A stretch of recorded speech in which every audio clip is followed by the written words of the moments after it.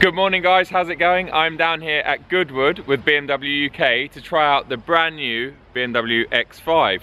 This is the 4th generation of the X5, and would you believe it, next year will mark 20 years of the X5. I believe there's been over 2 million global sales of the X5, so it's been a very successful model and was one of the earliest and first luxury SUVs on the road. My plan today is to take this X-Drive 30D model out for a quick hour road loop, report back to you guys how that feels.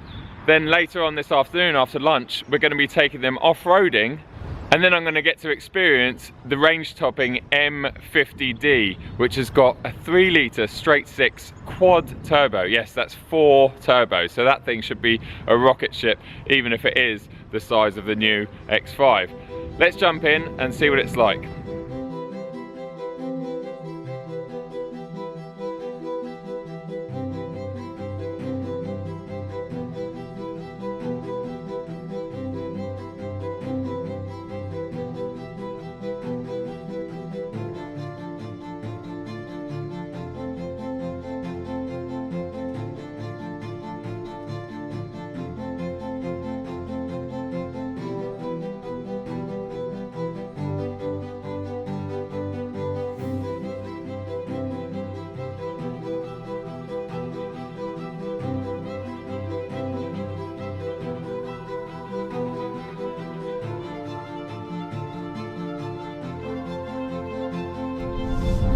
Right, here we go guys, I'm in the brand new BMW X5. I've been on the road for about half an hour in this car, so I don't know it that well, but I've got a good feel for it already, and I have to say, it's pretty good. Before we get into too much detail, I just want to mention the fact that this car is spec'd with an ivory interior, and it's got the panoramic roof. In fact, this one's got the Sky Lounge roof, but we'll talk about that a bit later. My point being is, it's so nice and bright and airy in here. It's a miserable day outside, a miserable winter's December day in the UK, drizzly. We're, you know, in and around Goodwood, which is beautiful, but the weather's a real letdown. But it's kind of perfect weather for an X5, I guess you'd say. But if I was sitting in here with a single sunroof and black leather, it would feel a lot more depressing, and that's why that's why I've got my 7 Series with the ivory leather, because it just lifts the interior, especially this time of year. It's so nice, such a nice place to be, and I'm actually smiling. I feel like the sun should be out because it feels really great in here. Lots of amazing vision out the front, out the side. I feel like I'm really in control of this car, and I can see what I'm doing. You know, down these relatively narrow A and B roads, I can just see what's going on, and in weather like this, it's just brilliant. The ride, etc., amazing. But we'll talk a bit more about that as the review goes on. So the first part of this video is a road test. So I'm in the X5 30D, which is probably going to be the most popular car that sells, at least in the UK. About 265 horsepower, 6-cylinder, straight-six, single twin power turbo, but plenty of torque. That's the most important figure in a car like this, or a car like my 7 Series that's heavy, is the torque. And this 30D unit, I've always been a fan of the 30D unit, especially in the bigger, heavier cars, even like the 5 Series. It just does such a good job at throwing 2+ tons down the road without any fuss, and in the process sips very little fuel. So big thumbs up for the 30D, and I'm going to try the faster M50d later, and I'm sure that's going to excite me, but I can imagine this is going to be the model that's going to sell in the big numbers, and this is going to be the model that fits and suits the majority of people. Let's talk a bit about its exterior styling. So we've got some of the new exterior styling cues, like the one-piece kidney grille at the front that I'm now becoming a bit used to. Is it like a hexagonal shape, very similar to the one on the new 8 Series. But exterior wise, I think it's great. It does look like a bigger version of the X3, but I have to say, I think they've actually got the dimensions better on this one. I think it just all looks a little bit more rounded, and it fits together a bit more. I think the X3's got a couple of awkward angles. Dimension wise, it is slightly bigger than the outgoing X5. I'm talking sort of 20mm here, 20mm there, but there's not a massive difference in external size. They have managed to free up the interior a bit, give us a bit of extra space in here, and it feels great, as I say, in this colour. And in fact, it looks like we're going through hell at the moment, but yet it's still reasonably light in here. I'm hoping that you guys can still see me on the camera. I know if this is a dark interior, you wouldn't have a chance. I don't know where we're going. This is bizarre. This is proper X5 weather. A new addition to the new X5, or something that's a new option, is you can actually get these spec'd with optional 22-inch gangster spec wheels. So you can really go for massive wheels like 22s. They come standard. The 30D and the 40i come standard with 20-inch wheels, which are already pretty large. But yeah, you can now option 22s. And I think the M50d actually comes standard with 22s. I dread to think how much a tyre would be on a 22-inch rim, but I suppose if you've got £100,000 to spend on a M50d, then you're probably not going to be too worried about the cost of tyres.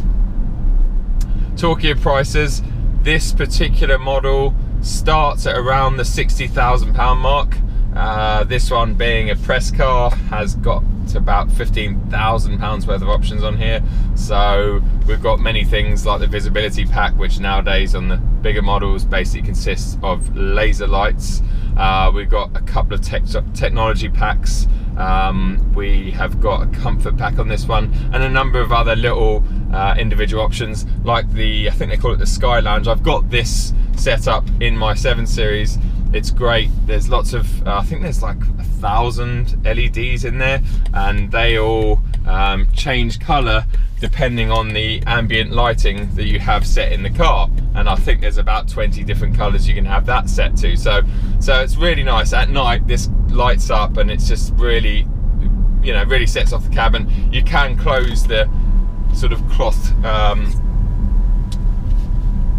Go. You can close that, so on a real bright summer's day, if you don't want the glare coming in, you know, it does close that down. But as you can see, it instantly closes the cabin up. I always say, if you're buying a touring or you're buying an SUV, budget for panoramic roof. And I know I go on about that a lot. In fact, I probably go on about that more than I do go on about Michelin tyres, but it makes a big difference in these cars. It really just makes it feel so much bigger. I can feel that light and space behind my big head, and it just, yeah, really makes this a special place to be. While we're talking about the inside, this has got all the very latest. I call it iDrive 7, but BMW call it BMW Operating System 7, I think. Sounds more like a editing program or a Microsoft suite than an actual iDrive system, but it's the same as what I've just stepped out of last week, in fact, in the 8 Series. So it's got a number of upgraded functions. Most noticeable, the actual dash is fully digital now. In between the sort of speedo and the rev binnacles, you've got a number of things you can have in there. You can customize it, but predominantly you've got the nav in the middle. You've got things like G meters, which in the 8 Series kind of was good, but seeing it in an X5 is I don't know, it's a bit comical, I suppose, but yeah, I guess some people use it. But you've got lots of things in there. You can get all of these things in glass. I think they call it crafted clarity. So you can get the gear knob in this kind of crystallized glass, and the iDrive controller in the glass, and the start-stop button in glass. That's, yeah, it's all right. It's growing on me a bit. It's still, I think it's just BMW trying to please those Mercedes customers that like a sort of glitzy interior. It looks okay. I'm not against the way it looks, but it's just doesn't excite me. But I can see that it probably would excite a lot of people, because the first thing you see when you get in here is certainly that crystallized knob. Other options that a lot of potential X5 customers will be interested to hear about, including my good friend Jonathan, who's got an ever-growing family and was talking to me the other day about 7-seaters. So the X5 retains a 7-seat option. It's about £1,400 extra to add the extra seats, so comes as a 5-seater, you want it as a 7, that's an extra £1,400, which isn't bad. I think that's very reasonable, and obviously then allows this to be an absolute weapon of a bus as opposed to a weapon of an SUV, because 7 seats are brilliant. And you wouldn't necessarily always use the 7 seats, but even if you're a 5-seat family, it's just handy having those extra seats. Means you don't have to squash yourself in, or also your grandparents are over or you've got some friends over, you have got a car that will take 7 people. Let's just turn it in here. Nice, it's staying lovely and flat. It's got all the active roll bars in this particular model and just feels great. And that 30D engine, just, I'm not abusing it or using it, it's just there, you know. I know it's going to pull me out of everything with ease. It's great. And on this drive so far I've averaged 27 mpg, and I haven't been the most efficient. Before I turned the cameras on, I was sort of testing out its handling dynamics, its brakes, its acceleration, so that's actually not too bad. That figure should rise throughout the rest of the test. Other things to talk about are the split tailgate, so a bit like a Range Rover, except it's a BMW, so when the actual boot part of it's open, it doesn't have those horrible edges like a Range Rover still has that would just take your eye out, quite literally. I can't believe they haven't amended and fixed that on the very latest Range Rover. It really upsets me, because I once walked into one and got a big gash in the top of my head, and I can't believe, health and safety wise, that they allow Range Rover to still produce, especially as they sell so many in the US. I just can't believe it. But anyway, I'm going off on a tangent here, but this one's got a much nicer split tailgate that is operated by the key, and it just allows you to open the top and bottom. It also has, so all the X5s have an 80mm differential between sitting up for like off-road mode and sitting right down the ground for ease of entry and ease of access to the boot. So on the boot there's actually a button. You can remotely do it from some of the keys, but there's a button on the boot tailgate that then lowers the car. So if you are putting something heavy in the boot, which you probably would be in an X5, even if it's just a pushchair or some heavy shopping, the car will sit down at its lowest setting and allow you to have a much lower boot lip effectively. So really smart, you know, intuitive thinking. Obviously the boot, you can have the comfort access, so you know, swing your foot underneath and the boot opens. They tend to work a lot better these days. One of my 7.2s always works. I know the early ones you'd stand there looking like an idiot and nothing would happen, look like you're doing a one-legged dance, but now it actually works. So yeah, it has all those sort of things, lots of different variation of comfort access. There's a lot of options and a lot of tech. And in fact, I'm here today with Tim, Shmee150, and as I've talked about in a lot of my other videos, if you want more of a detailed explanation as to how a lot of these gadgets and technology work, head over to his channel, because he goes into that sort of stuff, you know, far more in depth. He remembers it a lot better than I do as well. All of the models come with adaptive twin axle air suspension. So that means you've basically got, you know, your comfort and your sports settings. Then the M50d comes with M Performance adaptive suspension. I think I've got that right. It comes with a limit slip diff as well, and it comes with the adjustable anti-roll bars, the automatic adjustable anti-roll bars that obviously keep the car very flat. So it comes with a number of options that you can get on the lower models like this one. The M850d comes with a lot of standard equipment, and actually talking about standard equipment, I'm amazed by the standard equipment list that comes on these cars now. There's just so much, you know. You could go out and buy a base 30D for 60 odd grand and you wouldn't feel shortchanged. There are a few options that you should tick, like, I'm not going to say panoramic roof again, I've just said it, but otherwise, you know, there are, if you're on a budget and you wanted to, you know, just keep it at the 60 grand mark, you wouldn't feel shortchanged. You know, they're brilliant. Whereas back in the old days, especially BMWs and Porsche, the Cayennes and stuff, if you just get the base model, you do feel like you're not getting much of a car because there's so many things missing. But this car standard really does come with a lot of standard equipment, which is great to see. Really, really good. All right then, guys, I've put it into sports now and over into manual. Let's see how this handles. There's big bus handles. Remember, this is the entry level 30D, 265 horsepower. Doesn't sound like much, but it's the torque. It's the monumental torque. I think it has about close to 600 newton meters of torque, which is a lot, and it manages to haul this big heavy car down the road with a fair amount of ease. It's very composed, it feels very stable, and in fact in sports, although this car's got the 20-inch wheels, massive tyres, the ride is still incredible, really is amazing. It kind of floats through stuff, but yeah, it deals with the small bumps really well. I mean, suspension technology is incredible. This is running on the full air, so we've got air front and rear axles, but it's just really composed, and it just feels amazing.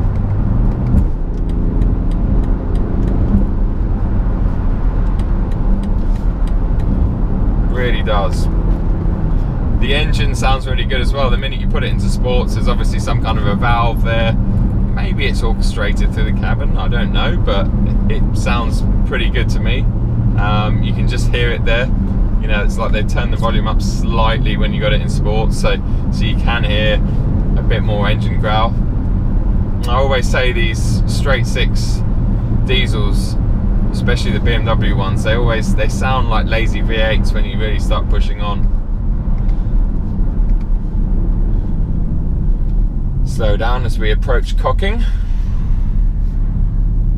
Oh, sorry, I had to say that. I had to say it. Part of the enjoyment and something that makes it very easy to go fast in an SUV is the fact that you can see so far down the road. You know, you get such good visibility, whereas in a sports car like my M2, you're sitting so low. Let's go around this. That was just done in 5th gear, by the way, so just that torque, easy up the hill, 5th gear. So yeah, let's see what it feels like when you start piling it into corners. Now obviously it's horrible conditions out there. Yeah, lovely. I can feel it moving around a little bit there, but talking to me a bit, you know, I don't feel too disconnected from the road, which is brilliant. And through here, I know this very well, this bit of road, and in a stiff sports car, you probably wouldn't be going this fast. Right, let's get down here. There's a little off-road section that I know quite well. It's, I know we're going to be doing off-road in a minute, and this is far from off-road, but we might as well just. Now we can raise the suspension, so let's lift it right up. Let's have a look. Oh, here we go. Ooh.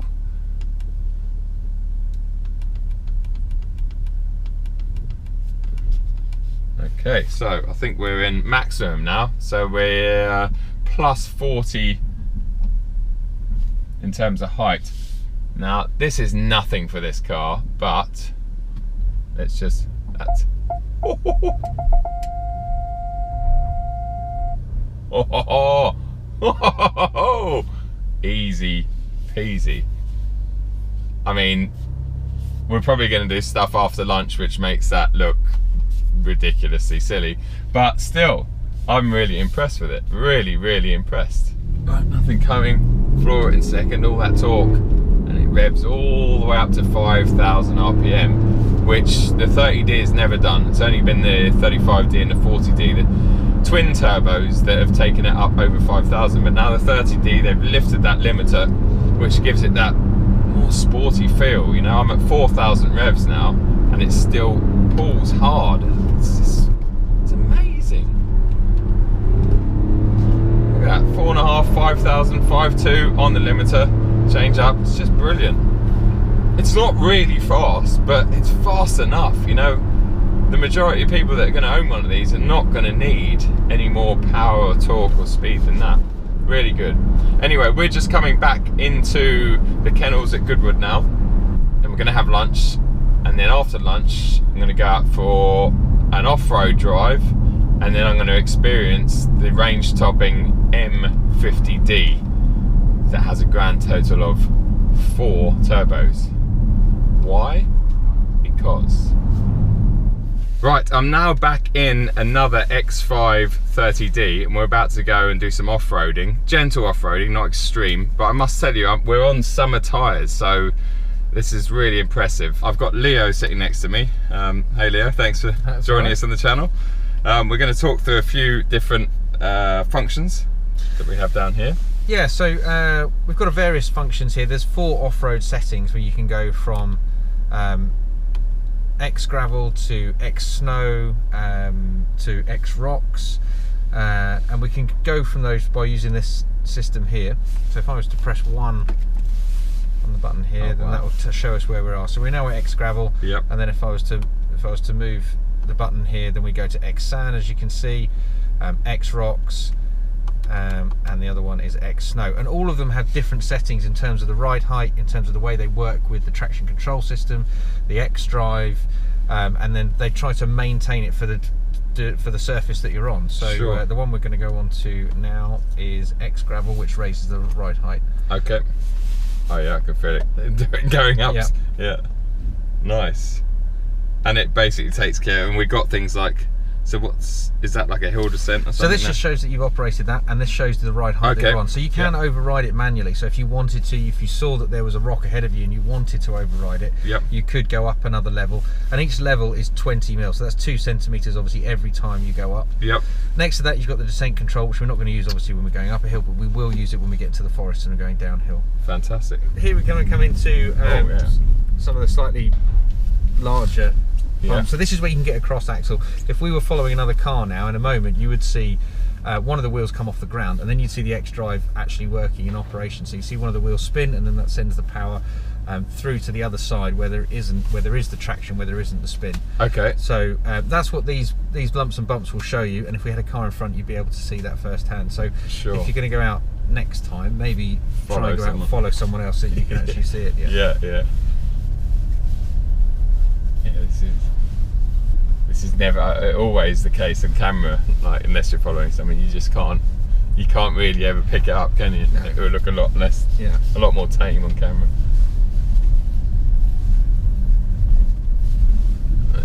This is probably a walk in the park for this though, isn't it, I guess? Yeah, and do you know what the funny thing is?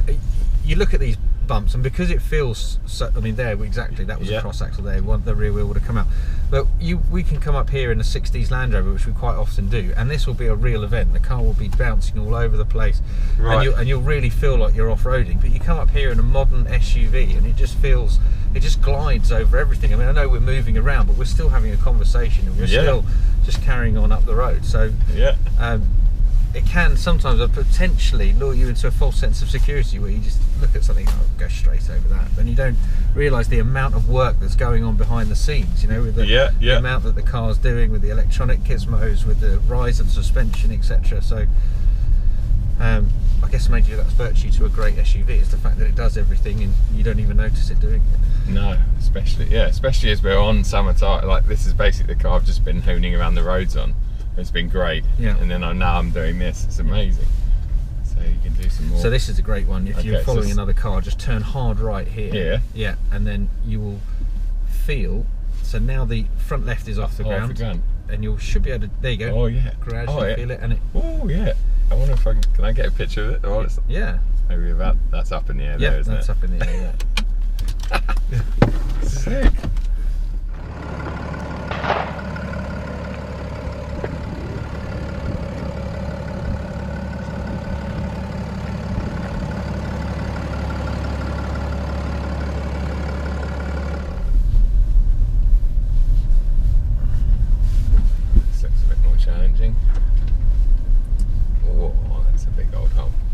Yeah, so the challenge here, and one of the issues that you find when it's been really raining, is just to make sure that you don't come off this track, because the minute you get a wheel off, then there you go, like, well, that one's all right, but that's the sort of thing that happens. But as the back end sneaks around, you don't want to get a wheel off, off there, because then it's going to drag you down. Yeah. Well, this is maybe not coming across on camera, but I have to say it's very impressive, because these are summer tyres, and summer tyres off-road, no matter how good a X-Drive system is, it massively limits you, but this is somehow dealing with it. and it's really slimy out. Like, it couldn't be worse. If it was raining, it'd be better. I think there'd be more grip. Would you agree? It's almost like, yeah, it's I think so. You slime. probably dig through a little bit more and get a bit more traction from something underneath. Like here, you should find a little bit more traction because there's some stone exposed. Yeah. A little bit of momentum. Oh. Come on. Yes, yes, yes. I was very patient there with the throttle. You were like, we were like, oh, we're going to go backwards. We're going to change this. Yeah, I mean, I think that you could obviously hear the DSC kicking in there, doing its job, and then and also it starts to free up the rear wheels a little bit more, puts a little bit more power to the rear as well. Sure. To make sure that where the weight is, I suppose. Yeah. That's really impressive, though. If I'd stood there, I would never have thought you could have got anything up there on summer tyres ever, like it just in this weather anyway. I see that was just letting it. Yeah. So there's the ABS kicking in, obviously trying to stop it down. I'm not even on the brake. Oh, it's because it's the descent control. Yeah. So yeah, coming down here, I mean, you could probably go a little bit faster than 5 miles an hour. Yeah. But the cautious port that you want to look at is this right hander. So this is the slippery bit, and you can see where the grooves have happened. So do you stay up on the bank here? I mean, there's two options, isn't there? You can stay up on the embankment, and you can let the car ride its course and do. You've done a great line effectively. You've created a racing line through there, which you can now. So you've reduced the amount of steering lock that you need. So you've created the you don't need as much friction on the tyres. Yeah. But you could stay in the grooves, and once you stay in the grooves, they should guide you through the corner. Sure. Which is the advantage of someone going around before you. Yeah. And now here, you're going to need a little bit of momentum to make sure that we get up. Yeah, good work. Actually didn't feel any DSC kicking in. Oh, there we go, a little bit. So, if we put it up on the embankment here, this is... all the way out? I'll just go, a little bit right hand down, and just put it up. Oh, I've got enough traction to stay up there. So, if I was to press button 2 here, you can actually... Sorry, button 1 here, you can actually see the angle that we're at. Okay. So we're only at 21 degrees here, but obviously from in car it feels a little bit more than that, doesn't it? But yeah. And what would it go up to? Do you know what's? I don't actually know the tilt angle of this, and I imagine it depends on the suspension height, but it's got to be above 45 degrees. Wow. I would have thought. Well, I mean, I think the centre of gravity is low enough, isn't it? Yeah. Hopefully you enjoyed that off-road driving. As I say, it was on summer tyres, monumental width tyres as well, so about the worst combination you could ever take off-road. Big heavy vehicle, massive sort of summery slicky tyres, just shouldn't have worked, but the X-Drive system made it work. And although I know it won't show properly on the camera because undulations and hills and whatever never show up on the camera, but trust me, some of those banks were pretty impressive, you know, really were. So it made me wonder what these cars would do on proper winter tyres or off-road tyres. I'm now in the range-topping X5 M50d. So this has got a 3-litre straight 6 quad turbo engine. Yeah, that's 4 turbos. Why you need 4, I don't know, but it's got 4. So I've gone from effectively the same or very similar lump in the 30D with the single turbo to something that's got 4 turbos. I'm sure there's a few more mechanical changes in there. Produces about 400 bhp, but more importantly, almost 800 newton meters. I think it's 760 newton meters of torque, which is just insanity. It really is. So big performance figures.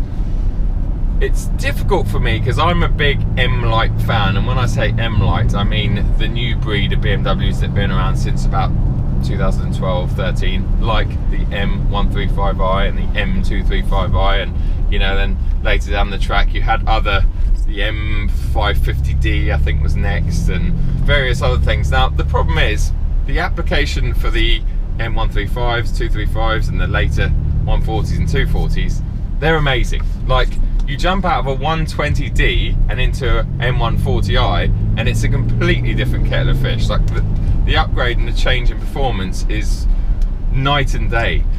So I'm spoiled by that, and every time I get in one of these later sort of M-Lite editions, like the M50d that I was in out in Spain last week. It was an impressive bit of kit, but I was expecting it to be up here, and it was here. You know, it's not a real M car, and it impressed me, but it wasn't miles better than the diesel equivalent. And the same kind of goes for this car, this model rather. Now, I've been in the X5 M50d for about the past 45 minutes to try and get a good feel of it before I started the camera. And initially it didn't actually feel much quicker than the 30d. Then I realised it's a very smooth power delivery, really smooth, and because it's got 4 turbos, I'm not sure exactly how it works, but they just there seems to be torque and boost everywhere. So there's always maybe 1 or 2 small turbos spinning, which allow you to put your foot down in 6th gear up here at 1400 RPM, and it's pulling up this steep slope. So there's plenty of torque, like loads and loads of torque. But more importantly, so I was saying the 30d rev to about 5,200. This is crazy. This is a diesel, right? Watch this. Okay, so 1 sec, let's make sure I'm in manual. I'm in 2nd gear now. Okay, I'm on the red line at 5,500 RPM. 5,500 RPM in a diesel, and that's on the limiter. It feels like it would go a bit further. It flattens out above 5, to be fair, but still, it just means that you've kind of got that sporty character. The ZF8 speed, I mean, the shifts are brilliant. They've recalibrated them now, so I mentioned that in my 8 Series review, that it's a new software. They've changed some of the internals, and it just means, especially the downshifts are brilliant. They're so fast, so dual clutch, like getting very close to a Porsche PDK, which is about the biggest compliment I can give it. And as an auto box, I think it's almost better than a PDK, but I'm not sure. There's not much between it. I mean, this weather is horrendous. It's horrendous at best. But in this car, if I was in my M2 sitting low now, I'd be 10 miles an hour slower because I wouldn't be able to see where I was going. And this thing's just like whatever, you know. The best thing I've found with this car, and this is not necessarily this car, it might have been the 30d, it probably would be if you had the upgraded M Performance brakes or whatever. Oh, here comes an ambulance. One of the most impressive things, oh, he thanked me. Thank you very much. You don't need to thank me, Mr. Ambulance Man. You're a hero. One of the most impressive things as it gets dark outside now is the brakes. Oh, the brakes. I tried them about half an hour ago, and I actually made myself feel a bit sick. And when you look at the conditions, you think, but how's that possible? How's it getting the grip? Well, it's getting the grip all right. So we'll find a straight in a minute and demonstrate those brakes, because they're mind-boggling. If you're ever following a new generation X5 and it hits its brakes hard and you see the hazard lights flashing, the next thing you're probably going to see is your airbag, because they are unbelievable. I mean, it's really changed. This whole new generation of SUVs has really changed my concept on them, you know, that you can actually have fun driving them. The Stelvio Quadrifoglio, wow, what a driver's car. Yes, it's an SUV, how's that possible? And again with this, it handles and manages road situations so well, especially on days like today and on bad typical British A and B roads. Roads aren't too bad around here, but they're not great. This thing just irons it out, even in sports. The M50d sounds pretty good as well, as you might have been hearing through some of this. We'll just it's a really nice, and on the outside it sounds really good. And in fact, when I picked this up and I was driving out in the car park, one of the other journalists was listening to me revving it and actually said, is that actually a diesel? Because it sounds very good from the outside. I hope you guys can see me in here because it's very dark outside. We've got no one behind us. As you can see, it is slimy, it's slippery, we're under trees, so there's all sorts on the road. Let's see if we can find a safe place to try out the brakes. So we're now going downhill, okay? We're going down a gradient, I'd say maybe 5% gradient. Okay, here we go, and hit the brakes. Oh my God! Oh! That surprised me just as much as it did the first time. That's unbelievable. I don't know if that's because of the extra weight that it gives you, the extra traction, but then the weight would play again. I don't know. I don't know. All I do know is there's not many cars, or there's no cars that I've ever driven that was stopped like that in these conditions. That's ridiculous. That's unbelievable. I bet you it can't be much better than in the dry. I mean, it can't be much better in the dry than that, because that's already an impressive braking distance. Like that's really, really, really special. I'm really genuinely blown away, and it's not the fact that I'm just sitting up so high and I'm expecting maybe so little from such a big top heavy vehicle. It's genuinely amazing braking performance. I mean, I wish I had that kind of braking performance in every car that I've driven. In my M2, for instance, in this sort of condition, you just wouldn't get it. It skates across the surface a lot more than this thing. Just seems to dig in. It's almost like it's got claws. Literally. No one behind us. Let's try again. Oh my god. Oh my god. How does it do that? Wow. Okay, my eyes actually hurt a little bit. I don't want to try that. Remind me not to try that in the dry in this car, because if it does that in the wet, wow. Anyway, we're almost back.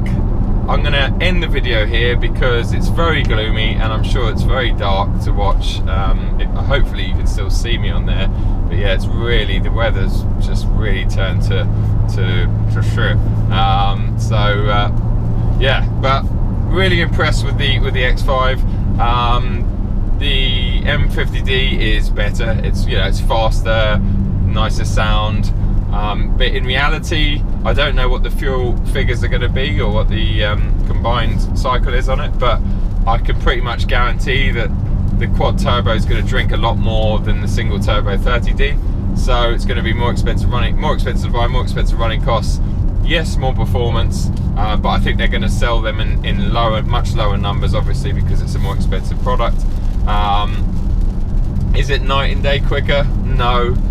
Is that a bad thing? I think it just shows you what a good thing the 30d is. I'm a massive fan of the 30d. In fact, to the point that I'm about to order a replacement for my 740 work car, and I think I'm going to go back to a 730 just because it's hardly any slower. It's much more efficient, and I actually think it's, I don't know, I just prefer the single turbo application.